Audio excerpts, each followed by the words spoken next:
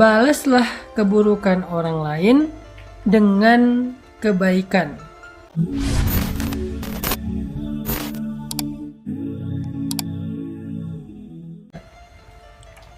Teman-teman yang dirahmati Allah, berbuat baik kepada manusia itu ada dua bentuk. Ada berbuat baik karena kita menghargai dia. Nabi SAW bersabda, man la yashkurun nas la yashkurullah. Siapa yang gak berterima kasih kepada manusia, berarti dia gak berterima kasih kepada Allah. Siapa yang gak bersyukur kepada manusia, berarti dia gak bersyukur kepada Allah. Itu adalah berbuat baik dengan model yang pertama. Jadi kita berbuat baik karena kita membalas kebaikan seseorang kepada kita. Seorang anak berbakti kepada orang tua karena dia ngerasa orang tuanya udah banyak berkorban untuk dia.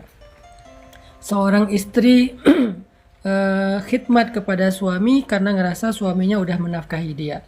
Dan seterusnya kita dengan sahabat, kita dengan guru, kita dengan orang yang lebih senior, kita dengan siapapun. Kalau kita berbuat baik kepada dia karena kita ingin menghargai kebaikan dia, maka kita termasuk orang yang bersyukur. Nabi sampai mengatakan gini, kalau ada orang yang berbuat baik kepadamu, maka balaslah kebaikan itu. Balaslah kebaikan itu. Kalau engkau tidak mampu membalas kebaikan itu, maka doakanlah dia dengan kebaikan yang seolah-olah engkau telah mengganti atau membalas kebaikan orang tersebut. Ini nasihat Nabi ya, kalau kita pengen membalas kebaikan orang kepada kita, maka kalau ada orang yang berbuat baik kepada kita, maka balaslah kebaikan itu. Kalau kita nggak mampu, misalnya kita nggak ketemu sama orangnya, misalnya kita nggak sanggup melakukan hal yang sama, maka doakanlah dia seolah-olah engkau telah membalas kebaikan dia. Ya, tadi hadis kata Nabi, kalau kita misalnya dapat kebaikan dari seseorang, maka balaslah kebaikan itu sampai kita seperti orang yang membayar hutang, sampai tuntas. Kalau kita nggak bisa membalas kebaikan itu, atau seperti orang yang nggak bisa bayar utang, maka doakanlah dia dengan satu kebaikan yang bisa seolah-olah kita menuntaskan hak dia atau membalas kebaikan dia. Ini juga berlaku untuk yang nanya, misalnya gimana cara kita berbuat baik kepada orang tua yang udah meninggal, Ustadz. Kita nyesel dulu ketika mereka masih hidup, kita nggak berbakti, belum paham agama, belum sadar. Gimana cara berbakti kepada mereka? Maka doakanlah orang tua kita dengan kebaikan-kebaikan yang seolah-olah kita sudah berbakti kepada mereka. Rabbighfirli wali walidayya warhamhuma kama rabbayani shaghira. Itu cara pertama berbuat baik kepada orang lain. Jadi balas kebaikan dengan kebaikan. Hal jazaul ihsan ilal ihsan. Oke. Yang kedua, berbuat baik kepada orang lain itu ini lebih tinggi derajatnya. Kalau tadi namanya amal solih, kalau sekarang tuh lebih dari solih, yaitu ihsan. Jadi ada solih, ada ihsan, ada khair, ada ahsan. Ihsan ini gimana? Idfa billati hiya ahsan. Balaslah keburukan orang lain dengan kebaikan, atau balaslah sesuatu itu dengan yang lebih baik. Bahkan sampai Allah berfirman di dalam ayat tentang dakwah atau berdebat, wajadilhum billati hiya ahsan, dan debatlah mereka dengan cara yang lebih ahsan. Kalau mereka mendebat kita dengan ngata-ngatain kita, dengan ngejelekin kita, dengan menghina kita, maka balaslah ucapan mereka dengan kalimat-kalimat yang mulia, kalimat-kalimat yang terpuji. Itu ajaran Islam. Kalau mereka nggak menafkahi kita, balaslah dengan kita menyantuni mereka di usia tua mereka. Kalau suami marah-marah, balas mereka dengan kita malas memaafkan. Kita malah bersikap lemah lembut. Kalau anaknya mungkin belum sadar, orang tuanya justru membalasnya dengan mendoakan. Ini semua disebut dengan ihsan. Ini semua disebut dengan ihsan. Jadi membalas satu kebaikan, membalas satu keburukan dengan kebaikan. Nah, jadi kalau yang tadi ada yang nanya gimana sikap kita terhadap ayah yang gak menafkahi sejak kecil, maka sikap yang terbaiknya adalah berbuat ihsan. Wah, kalau gitu rugi dong, dia udah gak ngasih apa-apa, kita malah berbuat baik ke dia. Dia yang untung terus, kita yang rugi. Siapa bilang? Kalau kita berakadnya dengan Allah, gak ada ruginya. Karena kata Allah di dalam surat Ar-Rahman, hal jazaul ihsan illal ihsan wallahu yuhibbul muhsinin. Adakah balasan satu ihsan kecuali ihsan yang lain?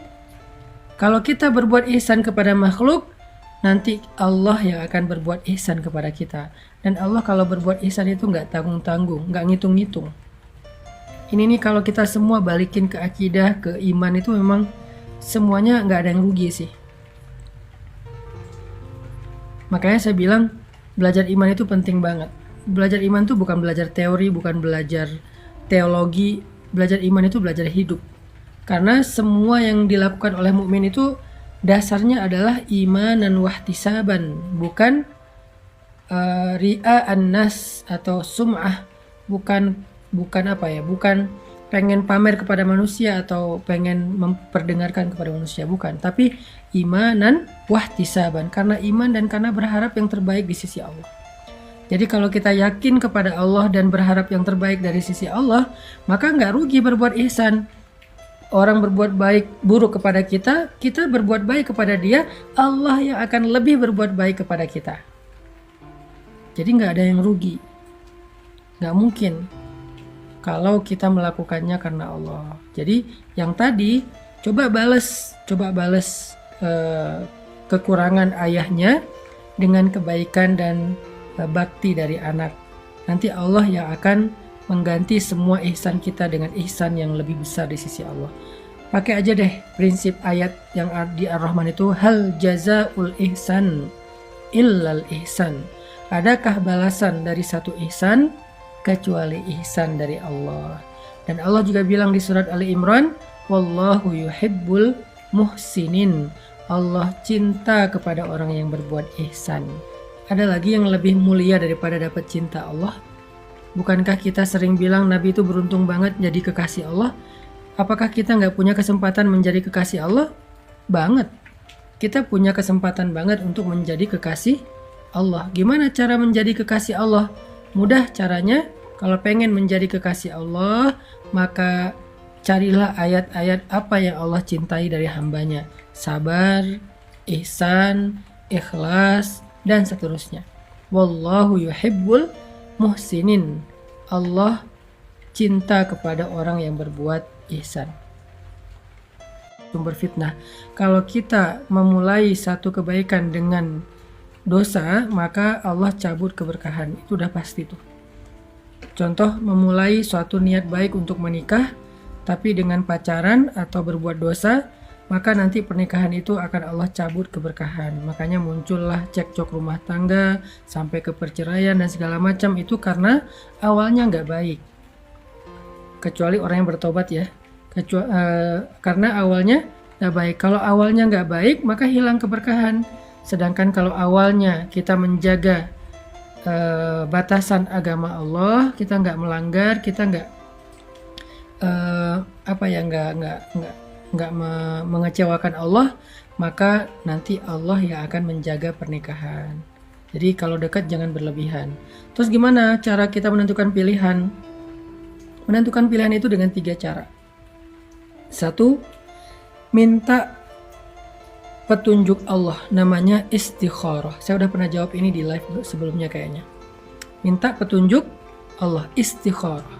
Kedua, minta petunjuk ulama, namanya istifta. Nanya, menurut ulama di antara sekian banyak kriteria ini mana yang paling layak jadi imam saya atau makmum saya kalau dia seorang cowok. Minta fatwa dan nasihat dari ulama. Yang ketiga, minta nasihat dari orang yang lebih bijak dari kita. atau yang tahu, yang kenal dengan masing-masing orang yang kita mau pilih itu. Ini namanya istisyarah. Jadi ada istikharah, istifta, istisyarah. Meminta petunjuk Allah, meminta petunjuk ulama, orang yang lebih berpengalaman atau lebih bijak. Dengan kayak gitu, mudah-mudahan kegalauan kita akan berkurang. Bukan kita yang menentukan kapan masalah itu akan selesai. Allah yang menentukan. Allah yang lebih tahu kapan dan bagaimana masalah itu akan selesai. Kita hanya berikhtiar semampu kita mencari jalan keluar yang kita tahu. Tapi kita sama sekali tidak menentukan akhir dari sebuah perjalanan. Kita nggak menentukan sama sekali ujung dari sebuah masalah. Kita sama sekali nggak menentukan kapan masalah itu akan selesai. Bukan kita. Tugas kita adalah berikhtiar dan bersabar. Dan janji Allah adalah menyelesaikan masalah hamba-hamba yang bersabar. Wabasyiris sabirin, sampaikan berita gembira kepada hamba-hamba yang sabar, kata Allah. Gak ada kan berita gembira yang membuat kita kecewa, itu bukan berita gembira, itu namanya prank. Kalau Allah bilang busyra, basyir, sampaikan berita gembira, itu benar-benar berita gembira. Tapi syaratnya cuma satu, sabirin, sabar. Apa itu sabar? 1, tidak berkeluh kesah. 2, tidak melenceng dari jalan Allah. Gak berhenti beribadah, gak berhenti berdoa, gak berhenti taat. Dan 3, tidak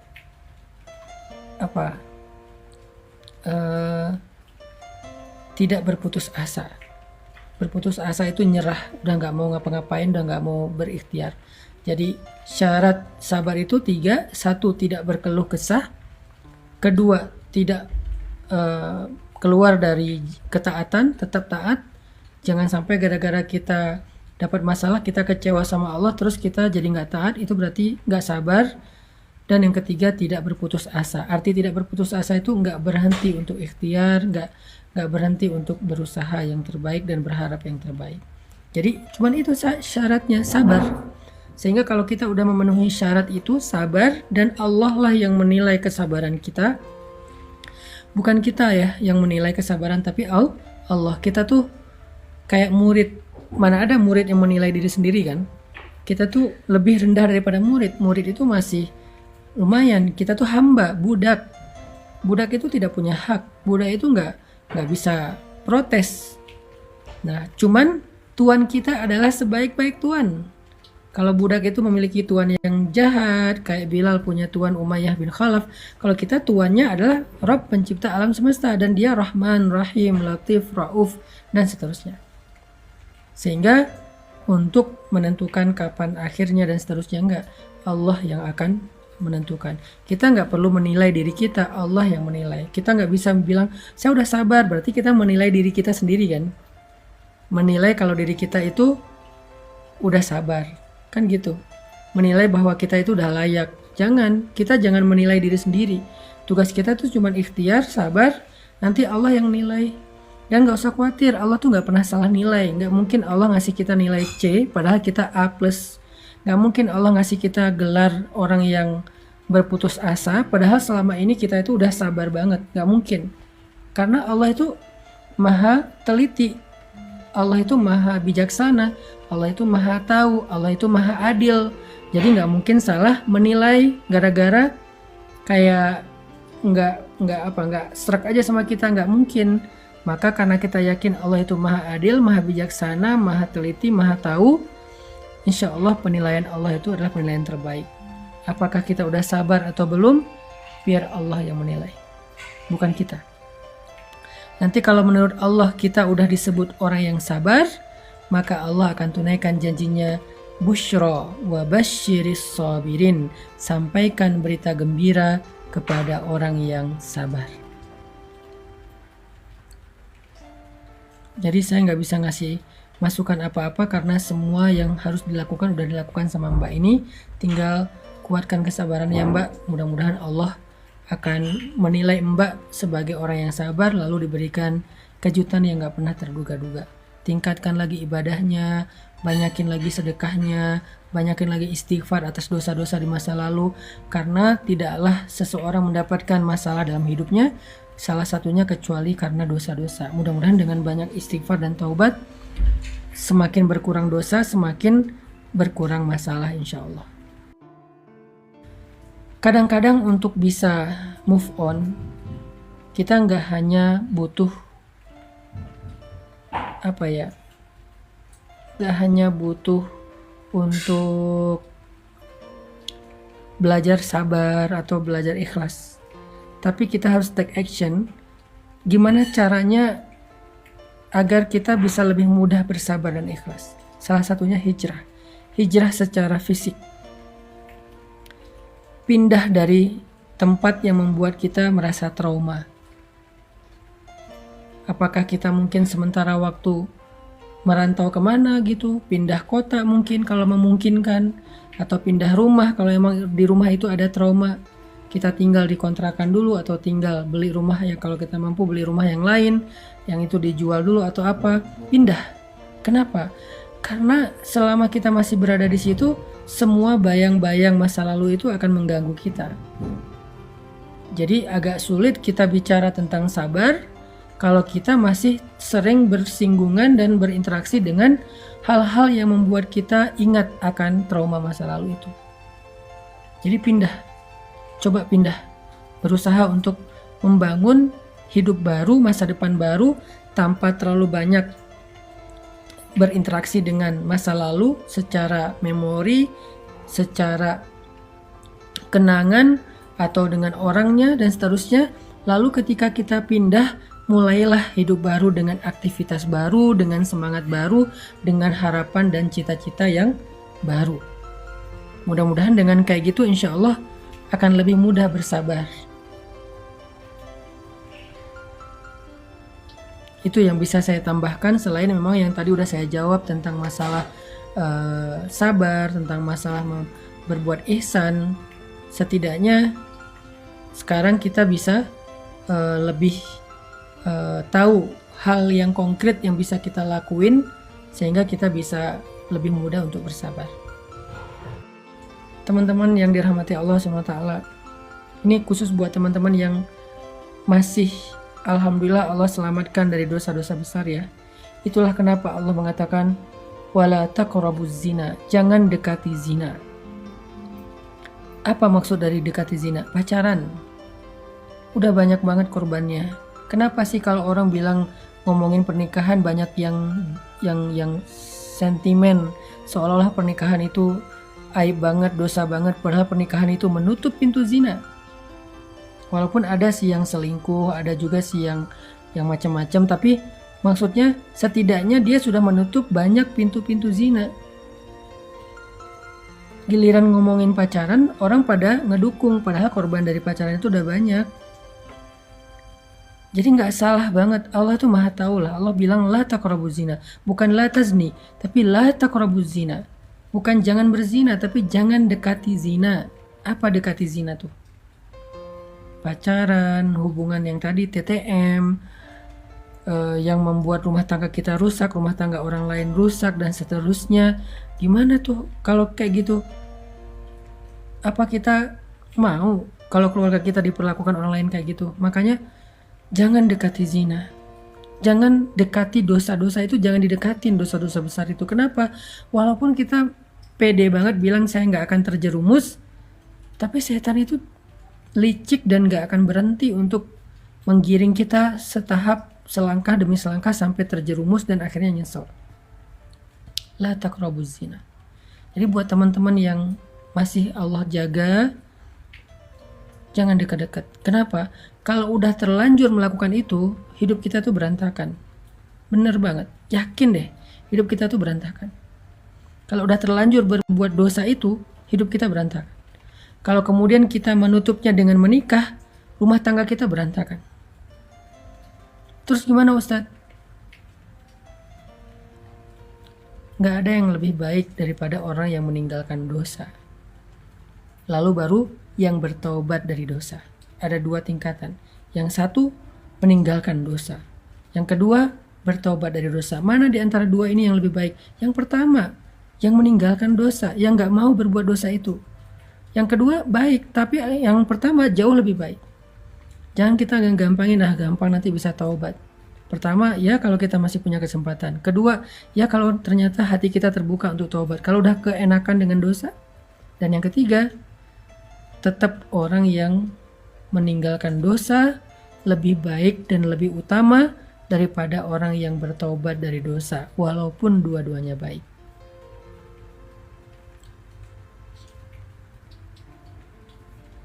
Walaupun dua-duanya baik.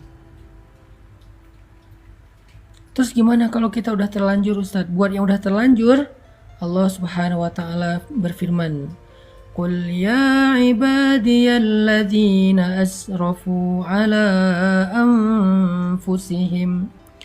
Katakanlah, wahai hamba-hambaku yang telah banyak dosa, melampaui batas, menzalimi diri sendiri. Allah memanggil orang-orang yang merasa banyak dosa. Qul ya ibadiyalladzina asrafu ala anfusihim.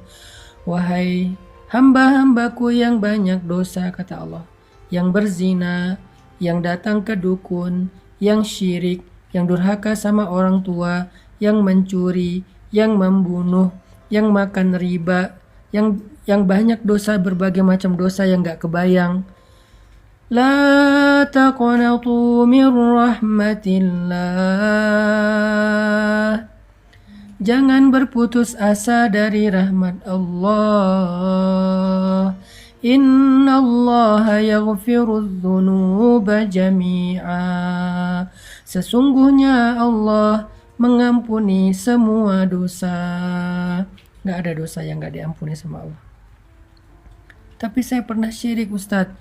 Allah mengampuni semua dosa, termasuk syirik. Syirik itu baru gak diampuni kalau dia mati dalam keadaan itu dan belum bertaubat. Kalau dia bertaubat, semua diampuni. Termasuk riba. Durhaka sama orang tua, termasuk durhaka sama orang tua. Berzina berkali-kali, ya, kalau dia taubatnya sungguh-sungguh.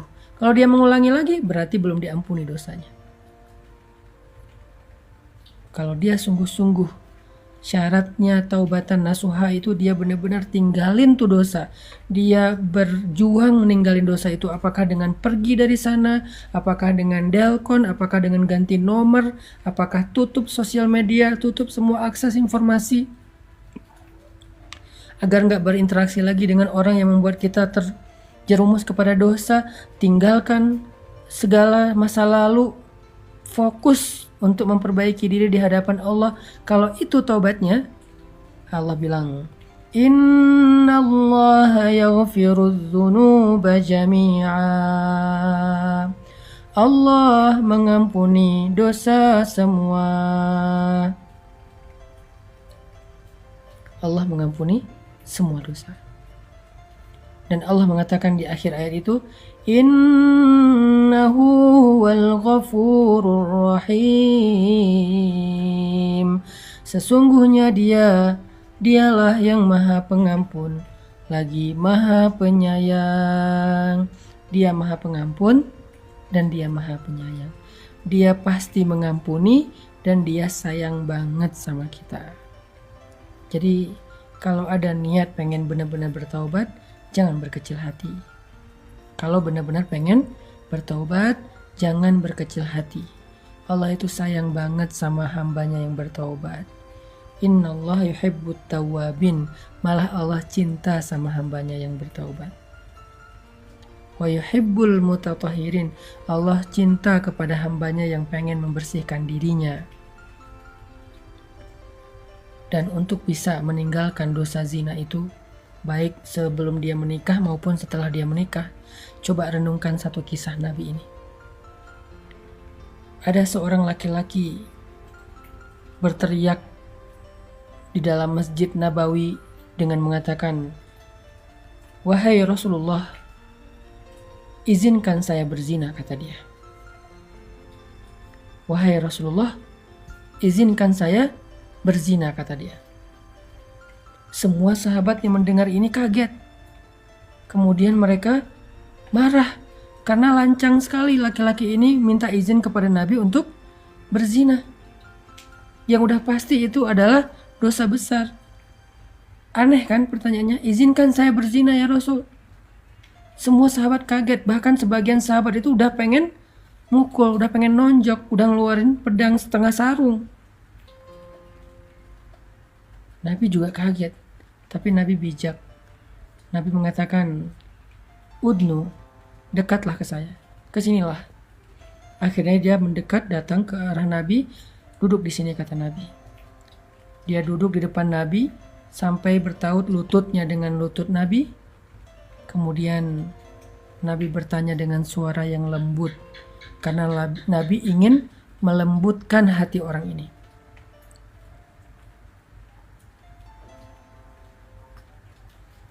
Nabi ingin melembutkan hati orang ini, maka Nabi pun bersuara lembut. Gak bisa kita melembutkan hati orang dengan teriak. Gak bisa kita melembutkan hati orang dengan membentak. Kalau ingin melembutkan hati dia, lembutkan suara kita. Itu rumus sederhana. Semua kita belajar itu insya Allah ya, termasuk saya. Kalau kita pengen melembutkan hati keluarga, hati pasangan, hati anak, maka lembutkan suara kita. Tapi kalau kita keraskan suara kita, maka kita akan mengeraskan hati. Nabi kemudian berbicara dengan suara lembut kepada laki-laki itu dengan pertanyaan. Kata Nabi, "Gimana kalau itu terjadi kepada istrimu? Gimana kalau ada orang yang berzina dengan istrimu? Atardo li zawjatik? Apakah kamu ridho jika orang berzina dengan istrimu?" Laki-laki ini kemudian tiba-tiba marah, emosional. Dia bilang, "La," kata dia, "enggak akan ridho.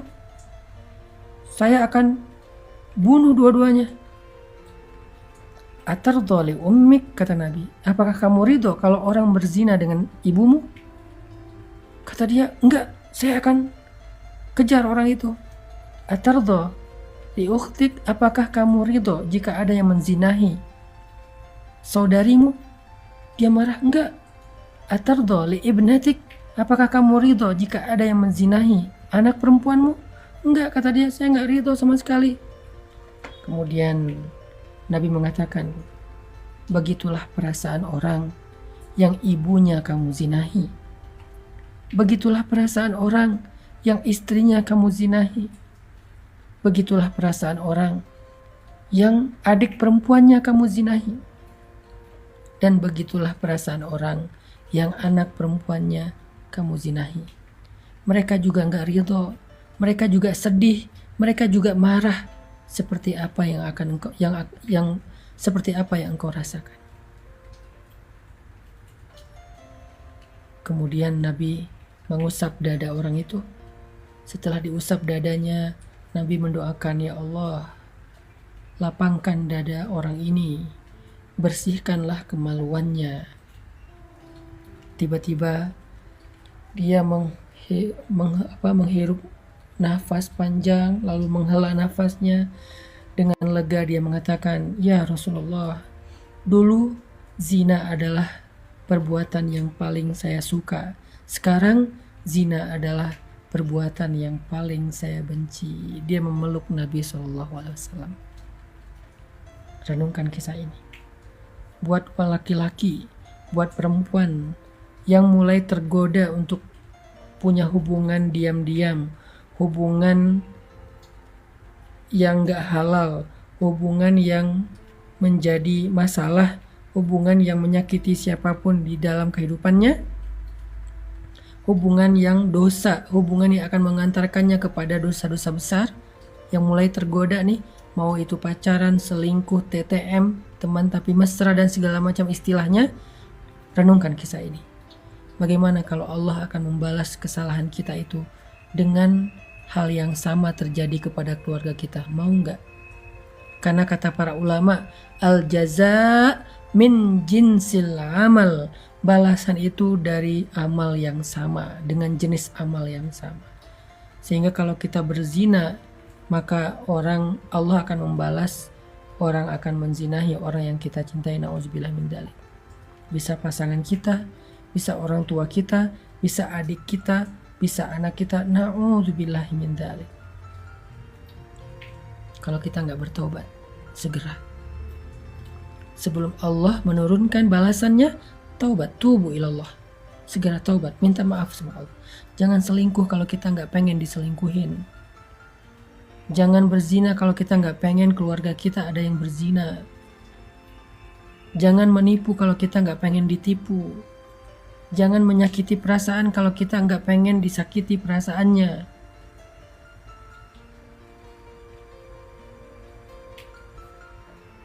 Tubu ilallah.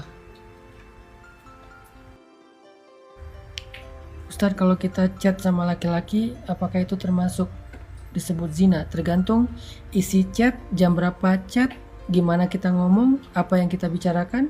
Kalau yang kita bicarakan hal yang terlalu privasi, personal, apalagi vulgar, zina.